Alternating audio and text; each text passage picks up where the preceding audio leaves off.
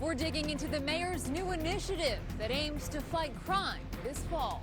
And breaking tonight, another high-level exit from the Trump administration.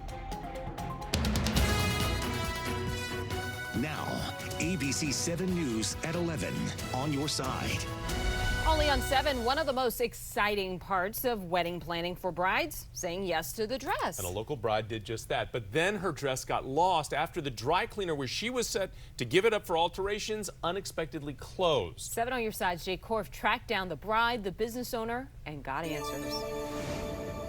He was like, you know, you go pick out what dress you want. You only get married once. Quilkenia Welch and Patrick Better of Prince George's County say they are living a wedding dress nightmare.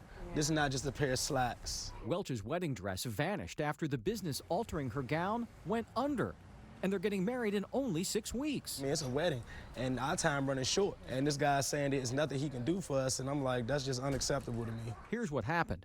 Welch dropped her $1,200 dress off September 14th at this cleaner's in Hyattsville for alterations. On September 19th, law enforcement evicted the business. Its contents, including pressed shirts, suits, and pants, put on the sidewalk. Witnesses say people were rummaging through the pile, taking what they wanted. We know this because nearby store owner Sherelle Gates grabbed what she could, held the clothing, and used receipts to contact customers, reuniting many items. But Gates tells ABC 7 News she never saw a wedding dress. Several days ago, Welch stopped by the cleaners to pick up her dress, only to find a lock on the door and nothing inside. I cried so hard because I was like, where is my gown at? Where is my gown? Welch says she and her fiance are on a tight budget, barely able to afford the dress that's vanished.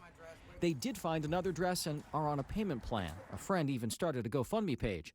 What baffles them is, why didn't the owner of the cleaners contact customers about the eviction? It's just a total disregard, and it's a terrible way to do business. So we paid young Lee a visit at his other nearby shop. Mr. Lee, young Lee? Yes.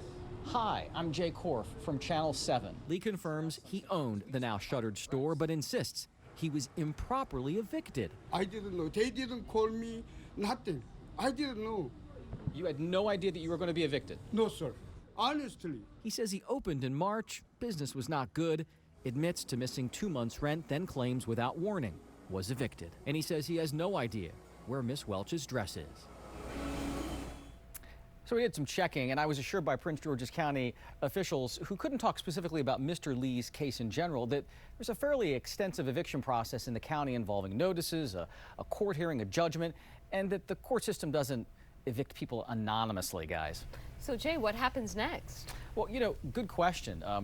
We're going to dig into this when the court system opens up on Tuesday. There's the holiday on Monday, and we're going to find out if something did slip between the cracks and maybe this eviction process wasn't handled properly. We'll find that out. We also hope that somebody sees the story and maybe somebody out there knows where this dress is, and we'll get it back to Miss Welch. Fingers crossed she gets it back. Yeah. Jay, thanks very much for that.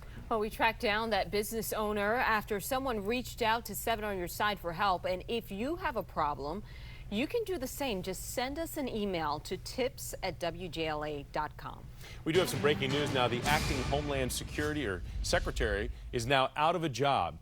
Kevin McLeenan submitted his resignation today. He was only on the job since April as Homeland Security Director. He's the 4th person to serve in that position since President Trump took office. Also breaking tonight, U.S. troops coming under fire from Turkish troops today in northern Syria. The Pentagon says that Turkey knew that Americans were in the area. Members of special forces were out there. The explosions came within a few hundred yards of the U.S. troops. No Americans were hurt or killed, and Turkey says Kurdish forces were the target, not Americans. The Kurds, though, have been helping the U.S. fight ISIS side by side. Turkey has linked them, though, however, to insurgents. 7 on your side with a traffic watch alert. If you have plans to get out of town during the long weekend, give yourself some extra time when it comes to the Bay Bridge. This is what it looks like right now tonight. Still very busy even after rush hour, but nightly closures are creating headaches there that are expected to continue as a 2-year multi-million-dollar project is underway. For the first time in 6 months, both northbound lanes near the Beltway on the GW Parkway are back open.